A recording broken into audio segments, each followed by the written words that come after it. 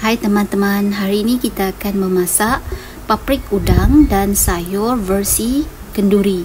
Kalau kita nak masak banyak sikit, inilah resepinya. Jom!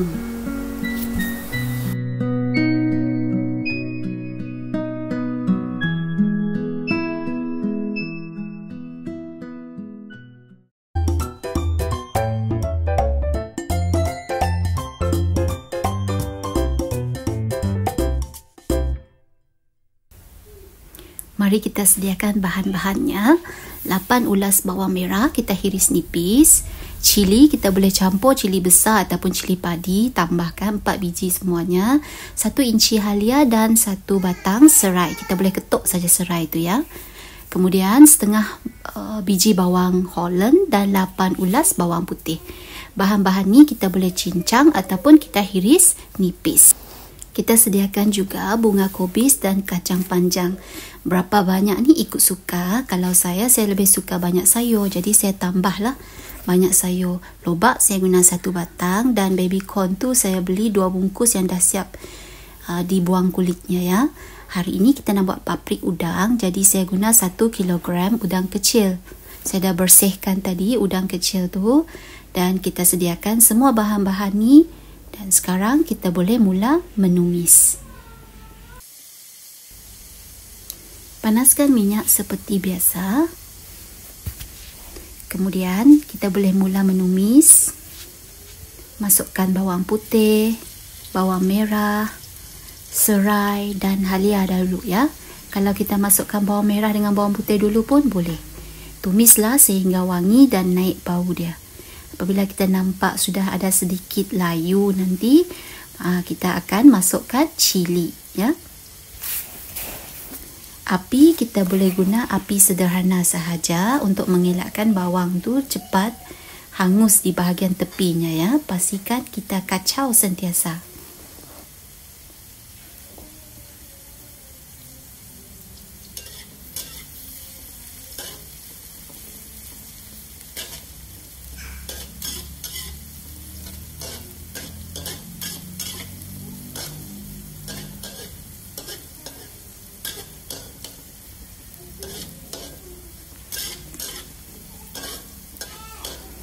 Apabila bawang putih, bawang merah, serai dan halia tadi sudah naik bau dan sedikit layu, kita pun masuklah cili tadi. Cili ni saya cincang ya.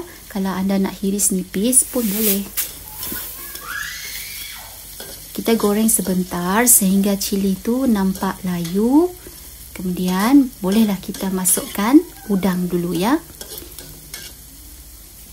Cara saya mula masukkan udang dahulu supaya bau aroma daripada bawang dan juga serai tadi meresap ke dalam udang tersebut.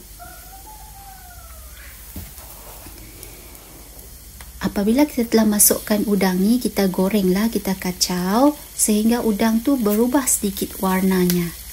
Daripada warna asal, dia akan berubah sedikit warnanya. Maksudnya dia sudah separuh masak ya. Bolehlah kita tambahkan bahan-bahan yang lain. Jangan lupa untuk kacau selalu ya.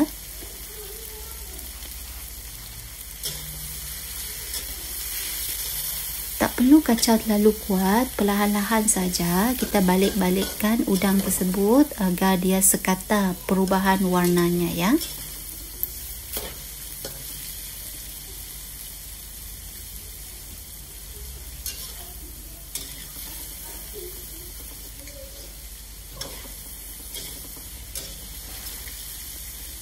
Kita kacau lagi.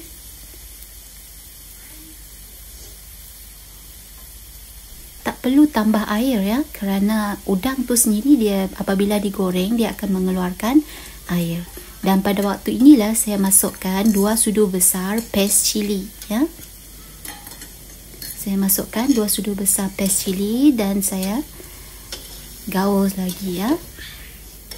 Kita gorengkan sehingga paste cili tadi sebati ya. Kalau nak pedas boleh tambah, tapi saya suka sedang-sedang saja kepedasan dia. Kalau nak pedas lagi boleh tambah lagi ya.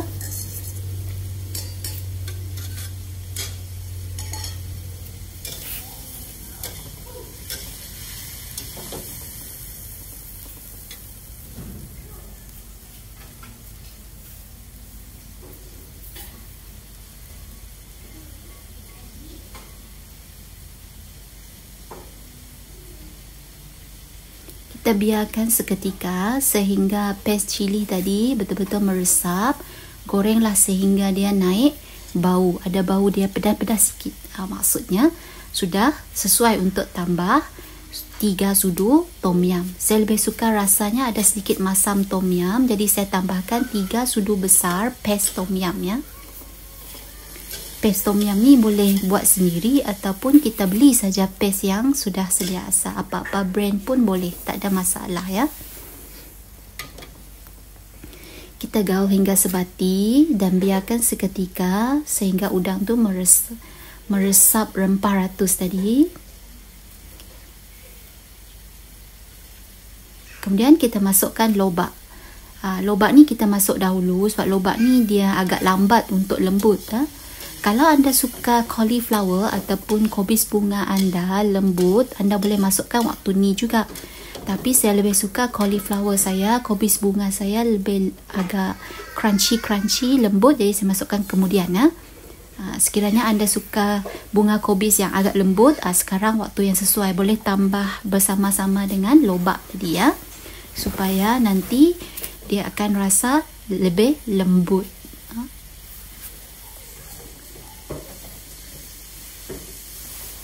Kita biarkan seketika. Anda boleh lihat udang tu dia akan mengeluarkan, dia tidak seperti ayam ataupun daging ya. Udang dan sotong dia biasanya akan mengeluarkan airnya sendiri, jadi kita tak perlu tambah air kecuali kalau kita rasa kita nak kuah dia banyak, kita pun tambah air ya. Untuk ini saya tidak menggunakan sos ikan ya, saya guna kicap cair 1 sudip. Tapi kalau anda suka sos ikan, anda boleh masukkan sos ikan lah untuk menggantikan kicap cair. Masakan ini saya tak menggunakan garam kerana kicap cair tadi sudah ada rasa masinnya ya. Kemudian saya suka masukkan 2 sudip sos cili. Saya guna ukuran sudip saja ya. Sudip yang kita guna untuk menggoreng tu. 2 sudip sos cili. Kalau anda nak rasa sosnya lebih sikit, boleh tambah 3 sudip lah. Ataupun rasa nak kuahnya banyak sikit, ataupun rasa pedas sikit, boleh tambah 3 sudip. Ikutlah lidah masing-masing ya. Kita biar lagi seketika. Kemudian kita masukkan kicap pekat manis. Yang ni saya guna kicap pekat manis yang dinama kipas tu. Kita masukkan 1 sudip. Anda boleh guna 2 sudip pun boleh, ikutlah. Sambil anda goreng tu sebenarnya anda boleh rasalah kuah dia ataupun kuah dia tu, kita boleh rasa sama ada dia sesuai ke tidak dengan rasa kita, dengan lidah kita tu. Kemudian waktu ni lah kita masukkan baby corn tadi, jagung. Kerana saya suka kobis bunga tu ada rasa crunchy, saya letakkan sekarang lah. Sekarang baru saya letakkan kobis bunga dan juga kacang panjangnya. Baby corn, kacang panjang, kobis bunga.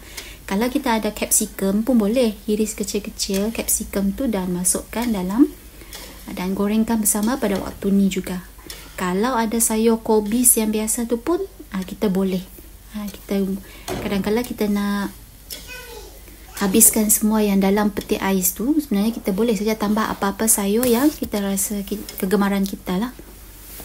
Masuk dan hampir siap dah. Kita tunggu sehingga sayur tu agak sedikit lembut. Kita gaul-gaulkan, kita kacau supaya dia tak hangit di bahagian bawah dia.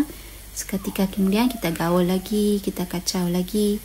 Pada waktu ni kalau rasa nak banyak kuah, ada berkuah sedikit, kita sebenarnya boleh tambah air waktu ni ya. Kita tambahkan sedikit air, ikutlah. Saya lebih suka paprik tu kelihatan kering sedikit ya. Kita biar saja sehingga sayur tadi kita boleh test dekat sayur tu, sayur kacang panjang ataupun cauliflower. Kalau dia sudah sesuai dengan selera kita, kita boleh mula tambahkan bawang Holland tadi. Bawang Holland tadi saya guna setengah saja. Tapi kalau anda suka bawang Holland tu banyak, anda boleh hirislah. Guna 1 biji pun boleh. Hiris bawang Holland tu boleh hiris bulat-bulat. Ada orang dia suka bulat-bulat, tapi saya hiris bentuk yang bulan tu, bulan sabit tu. Saya hiris yang macam sampan tu. Saya lebih suka hirisan yang sebegitu. Dan kalau kita rasa hampir masak sudah sayur tu, kita bolehlah masukkan hirisan bawang Holland tadi ya, hirisan bawang Holland tadi. Kalau anda suka daun sup ataupun daun bawang pun boleh masukkan ya, tapi saya tidak masukkan lah. Kalau anda suka bau daun limau purut pun boleh masukkan pada waktu ni juga untuk menambahkan aromanya ya.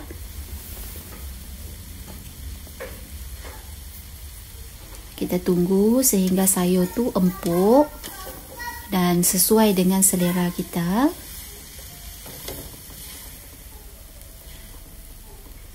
Kita balik-balikkan sentiasa supaya bahagian bawah dia tidak hangit ya.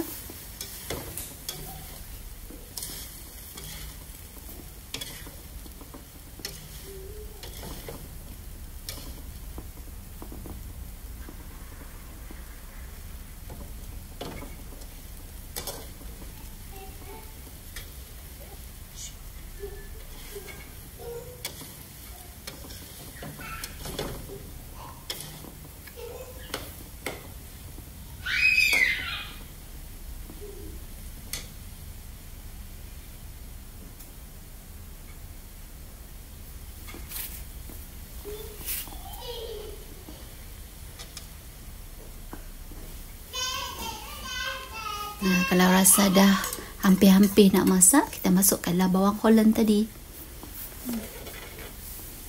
Dan kita gaul bersama. Yang ni jangan gaul terlalu lama ya. Kita goreng-goreng sebentar dalam 2-3 minit.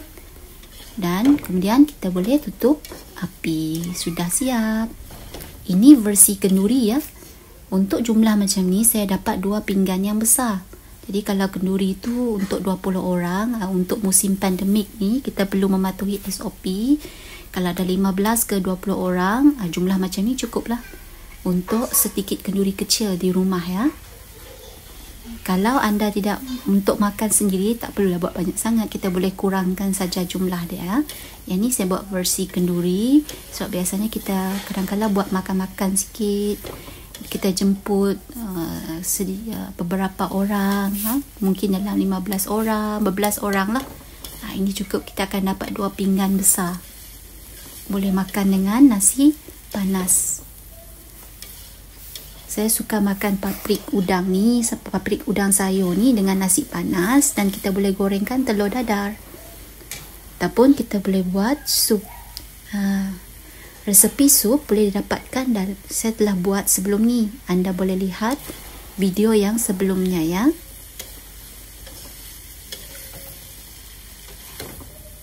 Baiklah, paprik udang dan sayur kita sudah siap. Mari kita menjamu selera.